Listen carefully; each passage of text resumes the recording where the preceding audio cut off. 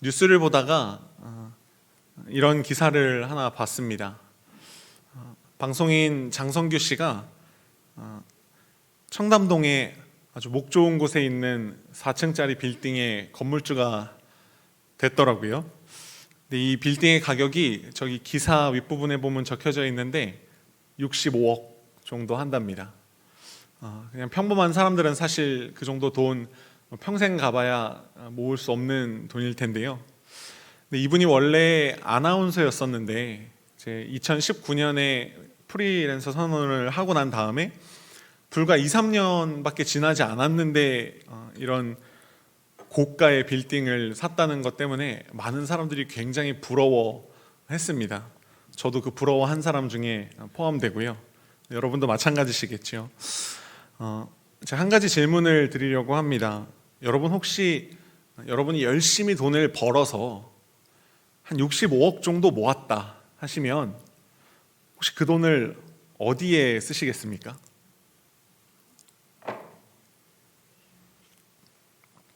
어, 65억 벌 일이 없으니까 그런 질문은 무의미하다 생각하실 수 있겠지만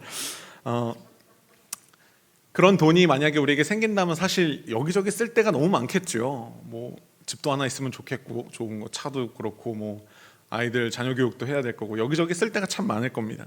참 상상하는 것만으로도 행복해지는데요. 근데 그 정도 돈을 벌어서 아주 뜻깊은 일에 쓴 또 다른 연예인 부부가 있더라고요. 그 부부를 좀 소개해 드리려고 합니다. 션과 정혜영 부부인데요. 아주 연예계에서 대표 인꼬 부부로 유명하죠. 그리고 그것보다 사실 조금 더 유명한 건 이분들이 굉장히 신실한 크리스천이라고 하는 것입니다. 2021년 스타트데이 뉴스를 보니까 이 부부가 한 달에 정기적으로 이제 고정적으로 하는 후원하는 아동이 400명이 넘는답니다. 지금도 계속 그렇게 해오고 있다고 하는데요. 이경규 씨가 진행하는 한 프로그램에 션이 출연을 한 적이 있어요. 그래서 션이 하도 기부를 많이 하는 걸로 유명하니까 이경규 씨가 질문을 했어요. 아니, 도대체 그동안 얼마나 기부를 한 거냐?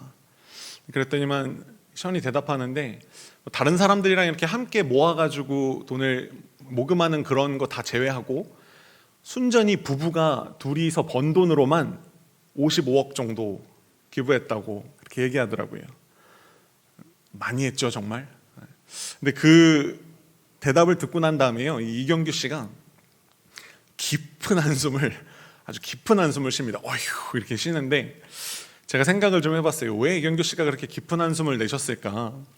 아마 여러 가지 마음이 그 안에 있었기 때문일 거예요. 첫 번째는 뭐 너무 대단하다, 진짜 존경스럽다, 어떻게 그렇게 할 수 있지? 그런 존경스러운 마음도 있을 거고, 근데 또 하나 이런 마음도 있었을 것 같아요. 그 많은 돈을 가지고 어디다 투자를 한다든지 아니면 앞에 나왔던 그 장성규 씨처럼 어디 뭐 목 좋은 곳에 빌딩이라도 하나 샀으면 어땠을지, 그런 생각이 분명히 이경규 씨에게 있었겠지요. 이렇게 비슷한 돈을 가지고 전혀 다르게 사용한 두 사람을 여러분 보셨는데요. 우리들에게 주어진 물질이나 시간이나 어떤 재능, 이런 것들을요, 내가 어디에 쓰고 있는지를 보면 사실 그 사람의 가치관을 알 수 있습니다. 션과 정혜영 부부가 이렇게 선한 일에 힘쓰고 있다는 것은 이들 부부가 그동안 보내온 시간, 그리고 그 재능을 어디에 썼는지, 또 물질을 어디에 사용했는지를 보면 그게 증명이 되는 것이지요. 이렇게 자기 것을 아낌없이 나누는 이런 사람들에게는요, 되게 다 특별한 사연이 있게 마련입니다. 이 부부가 이제 본격적으로 아이들을 후원하게 된 계기는 2008년에 그 필리핀에 있는 한 후원 아동으로부터 손편지를 받으면서부터 이게 시작이 됐답니다. 그 편지에 정혜영 씨에게 후원 아동이 이렇게 썼다 그러더라고요. I love you, mommy. 정혜영 씨가 이 편지를 받고 그 아이를 만나러 가고 싶은 마음이 생긴 거예요. 그리고 이제 필리핀에 가서 그 아동도 만나고 다른 아이들이 살고 있는 그 현실을 보고 난 다음에 이제 정혜영 씨의 삶이 달라진 거죠. 가치관이 바뀐 겁니다. 우리들은 이런 감동적인 사연을 사실 뭐 뉴스나 방송 이런 곳에서만 볼 수 있다고 생각하는데, 오늘 우리들이 읽은 이 말씀 안에도요, 자신의 전 재산을 아주 특별하게 사용한 한 여인의 이야기가 소개가 되고 있습니다. 이 여인에게 과연 어떤 사연이 있었던 건지 우리들이 말씀을 좀 살펴보길 원하는데요. 우리들이 읽은 말씀 요한복음 12장 1절과 2절에 보면 지금 베단이라고 하는 동네에서 예수를 위한 잔치가 벌어지고 있다고 했습니다. 말씀을 다시 한번 읽겠습니다. 6월절 엿새 전에 예수께서 베다니에 이르시니 이곳은 예수께서 죽은 자 가운데서 살리신 나사로가 있는 곳이라. 거기서 예수를 위하여 잔치할세 마르다는 이르라고 나사로는 예수와 함께 앉은 자 중에 있더라.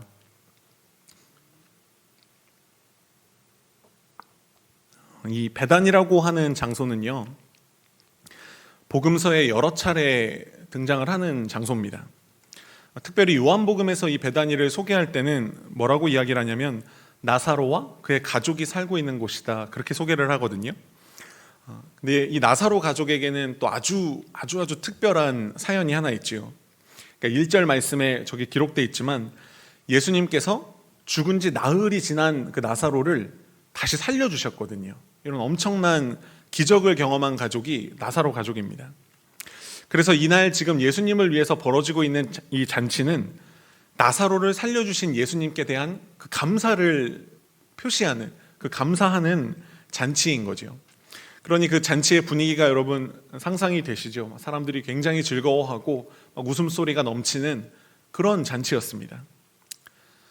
근데 모두가 그렇게 행복한 잔치를 즐기고 있는 와중에 이제 그 분위기를 깨는, 정말 와장창 깨는 한 가지의 사건이 거기서 벌어지게 됩니다. 바로 이 사건이죠. 나사로의 누이 동생인 마리아가 최고급 향유를 가져와서 예수님의 발에다가 그 향유를 몽땅 다, 한 방울도 남김없이 다 쏟아부어 드린 겁니다. 근데 마리아의 이 행동을 본 모든 사람들이요, 다 눈살을 찌푸렸습니다. 근데 그럴 수밖에 없는 이유가 또 있습니다.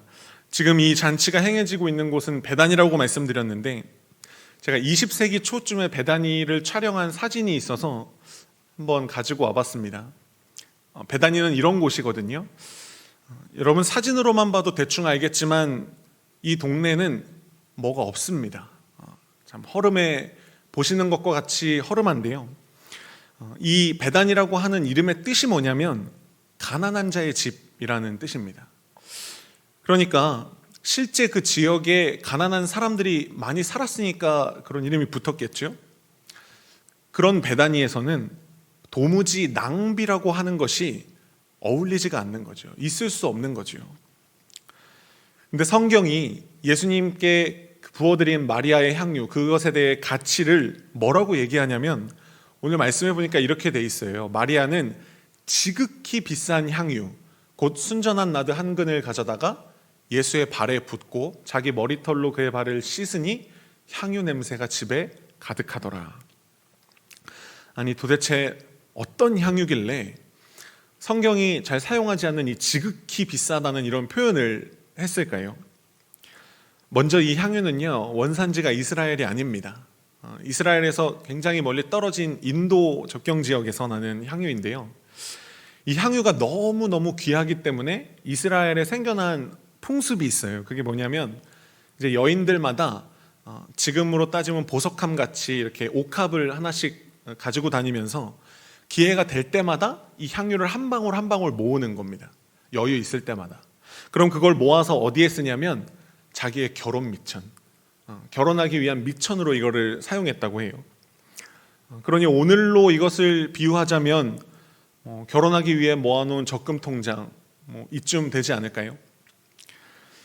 근데 마리아는 어쩌면 자기가 평생을 모아왔을지도 모를 그 귀한 향유를요, 예수님의 발에다가 한 방에 전부 다를 부어드렸다는 거죠. 그 장면을 한번 여러분 상상해 보시길 바랍니다. 정말 최고급 향유답게 거기서 나는 향내가 엄청났을 텐데 그게 방 안에 퍼지는 거죠. 쫙 하고 퍼지는 거죠. 향수 쓰시는 분들은 아시겠지만 그 스프레이 형식으로 되어 있는 걸 몸에 한두 번만 이렇게 칙칙 뿌려도 사실 냄새가 거의 하루 종일 가는데 그 한 통을 다 쏟아부었으니 그 방 안에 냄새가 얼마나 가득했겠어요. 근데 그렇게 코에서는 굉장히 좋은 향내가 나는데 사람들은 마치 못 볼 걸 봤다는 듯이 표정이 찌푸려졌다는 거죠. 굉장히 상반되는데, 그리고 몇몇 사람들은 그 마리아의 행동을 보면서 너무 놀라서 입을 다물지를 못하는 겁니다. 그리고 그 순간에 모두가 다 동일한 생각을 했을 거예요. 마리아가 지금 무슨 짓을 한 건가? 지금 마리아가 제정신인 건가? 근데 그 순간에 이제 모두를 대표한다는 듯이 나서는 사람이 그 자리에 한 사람이 있었습니다. 그가 바로 가룟 유다지요. 유다가 마리아를 이렇게 비난합니다. 오늘 말씀 4절과 5절인데요. 제자 중 하나로서 예수를 잡아줄 가룟 유다가 말하되 이 향유를 어찌하여 300데나리온에 팔아 가난한 사람들에게 주지 아니하였느냐. 이 유다의 비난은요, 아주 일리가 있어 보입니다. 아주 이성적이고 아주 논리적으로 맞는 말이에요. 300데나리온이라고 하는 가치는 한 데나리온이 성인 남자가 하루를 꼬박 일해야 벌 수 있는 돈이라는 것을 생각해 봤을 때 거의 1년을 모아야 되는 아주 큰 돈입니다. 근데 그걸 가난한 사람들이 모여 사는 곳에서 그걸 예수님의 발에 한 번에 다 부어드렸으니 유다의 말이 일리가 있죠. 근데 유다가 이렇게 마리아를 향해서 비난하면서 호통을 치는데도요, 마리아가 그것을 전혀 개의치 않아 하는 거예요. 대꾸도 안 합니다. 오히려 자기 머리털까지 풀어서요, 예수님의 발에 흐르는 그 향유를 자기 머리털로 닦아드리는 거예요. 근데 유대의 풍습에는 여자가 사람들 앞에서 머리를 풀어헤치는 걸 사실 굉장히 수치스러운 것이라고 생각했기 때문에 그런 행동은 일반적으로 하지를 않거든요. 그러니까 사람들이 더 기겁을 하는 거죠. 저 여자가 왜 저러는 건가? 상황이 이쯤 되면 사실 예수님이 나서서 좀 이 상황을 말릴 법도 하시잖아요. 마리아야, 유다가 하는 말이 좀 일리가 있구나. 여기 사람들이 많은데 어서 머리 정돈하고 다신 이런 행동을 하지 마라. 이런 말씀 주님이 충분히 하실 법한데, 근데 예수님은 마리아를 조금도 나무라지 않으십니다. 오히려 그녀의 행동을 예수님이 두둔하세요. 뭐라고 말씀하시냐면 7절에 이렇게 말씀하셨습니다. 예수께서 이르시되 그를 가만두어 나의 장래할 날을 위하여 그것을 간직하게 하라. 오늘 요한복음에서는 주님이 이렇게 말씀하셨는데, 사실 이 같은 사건을 기록한 마태복음에서는 주님이 단지 두둔하시는 게 아니라 그것을 넘어서 칭찬하시거든요. 주님이 이렇게 말씀하십니다. 내가 진실로 너희에게 이르노니 온 천하에 어디서든지 복음이 전파되는 곳에서는 이 여자가 행한 일도 말하여 그를 기억하리라 하시니라. 엄청난 칭찬이거든요. 아마 마리아가 살면서 받아본 칭찬 중에 이것이 가장 큰 칭찬이었을 겁니다. 근데 우리들은 이제 여기서 두 가지의 궁금증을 갖게 되는 거예요. 첫 번째는 왜 마리아는 그 사람들의 마음을 불편하게 만들면서 이런 상식 밖의 행동을 그 자리에서 행한 것인지, 그리고 또 한 가지는 예수님은 왜 그녀의 행동을 그렇게 칭찬하신 것인가. 이 두 가지 궁금증이죠. 먼저 우리들은요, 예수님을 위한 이 잔치가 벌어지던 날 마리아의 마음을 이해할 필요가 있습니다. 그날 마리아는 도무지 가만히 있을 수 없는 그런 뜨거운 마음이 있었어요. 그 마음의 정체는 무엇이었냐면 감사였습니다. 자기 오라비인 나사로가 죽고 이제 무덤에 들어갔을 때 마리아는 죽음이라고 하는 무시무시한 현실을 경험했습니다. 그 차갑게 식어버린 그 시신을 보면서, 그리고 그 시신에서 썩은 내가 나는 것을 마리아가 맡으면서 모든 것을 다 포기했습니다. 아, 이제 더 할 수 있는 일이 없구나. 소망이 끊어진 것이지요. 근데 그 절망의 순간에 예수님이 오셔서 죽은 오라비를 다시 살려주셨어요. 정말 말 그대로 죽었던 사람을 주님이 다시 살려주셨는데, 주님 말씀대로 죽은 오라비가 그 어두컴컴한 굴에서 빛을 향해 걸어 나오는 것을 마리아는 자기 눈으로 봤습니다. 그 기적의 현장에 마리아가 있었다고요. 마리아의 마음이 얼마나 기뻤는지 마치 자기가 살아난 것처럼 기뻤습니다. 그래서 그 예수님을 위해서 감사하는 마음을 표현하는 잔치 자리에서 죽음을 생명으로 바꿔주신 것에 대한 그 감사를 마리아는 표현하지 않고서는 견딜 수 없는 그 뜨거운 마음이 생겼던 것이지요. 그리고 예수님도 마리아의 그 마음을 아셨기 때문에 그냥 나무라지 않으셨던 거예요. 아마 예수님의 발에 옥합을 깬 순간 마리아의 눈에는 이렇게 보이지 않았을까요? 주변에 다른 것은 아무것도 보이지가 않습니다. 오직 예수님만 보이는 거예요. 그리고 이 향유를 모으느라 그동안 내가 얼마나 고생을 했는지, 얼마나 걸렸는지 뭐 이런 거 생각나지 않습니다. 그리고 그 향유의 가치가 얼마인지도 중요하지 않지요. 내 풀어헤친 머리를 보면서 사람들이 뭐라고 말할지도 마리아에겐 중요하지가 않았습니다. 오직 생명을 살려주신 그 예수님께 대한 감사만이 마리아의 마음에 가득했던 것입니다. 혹시 이런 마음이 드신 분이 계실지 모르겠습니다. 마리아는 확실히 옥합을 깰만 했네. 확실히 그럴 만한 가치가 있었겠네. 근데 그게 나하고 무슨 상관인 걸까? 나에게는 그 정도 감사가 없는데. 오늘 우리들이 읽은 말씀 1절을 다시 한번 보면요, 이렇게 말씀에 돼 있죠. 6월절 엿새 전에 예수께서 베다니에 이르시니. 예수님을 위한 잔치가 벌어진 그날 겉으로 드러난 분위기는 너무너무 행복하고 화기애애했습니다. 근데 그날의 진짜 분위기, 그날의 정말 숨겨져 있는 영적인 분위기는 사뭇 달랐습니다. 왜냐하면 그날 이후로 누구도 예수님의 웃는 얼굴을 볼 수가 없었거든요. 이 6월절 엿새 전은 예수님께서 십자가 지시기 위해 예루살렘에 들어가신 그 종려주일의 하루 전날이었습니다. 이제 내일이면 예수님은 죽기 위해 예루살렘으로 들어가셔야 합니다. 오늘 말씀의 제목이 두 개의 옥합입니다. 아마 의아해 하신 분들이 계실 것 같습니다. 오늘 본문에서 깨진 옥합은 우리는 보통 하나라고 생각하죠. 마리아의 것. 근데 사실 이날 깨진 옥합은 하나가 아니라 두 개라는 겁니다. 마리아도 자기의 옥합을 깼지만요, 하나님께서도 자기에게 가장 귀한 옥합, 무엇과도 비교할 수 없는 외아들이라는 옥합을 그날 깨셨습니다. 그래서 마리아가 깬 옥합에서 난 그 향유 냄새가 그 집안에 가득했다면 예수 그리스도라는 옥합이 십자가에 깨져서 흘러내린 그 보혈의 향기는 오늘도 전 세계에 가득합니다. 그리고 그 보혈의 공로를 믿는 모든 사람들에게 영생을 오늘도 선물로 주고 있습니다. 오늘 이 자리에서 예배하는 우리들 모두가 바로 그 영생을 얻은 사람들인 줄 믿습니다. 나사로는요, 잠시 동안의 죽음에서 사실 구원받았을 뿐입니다.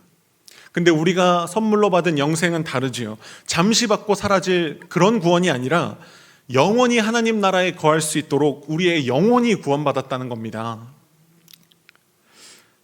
마리아에게만 감사할 일이 있었던 걸까요? 우리들의 평생에 은혜가 적었던 적은 한 번도 없습니다. 은혜에 대한 우리의 감사가 적었을 뿐입니다. 가만히 보면 우리 마음에는 마리아와 유다가 둘 다 살고 있는 것 같습니다.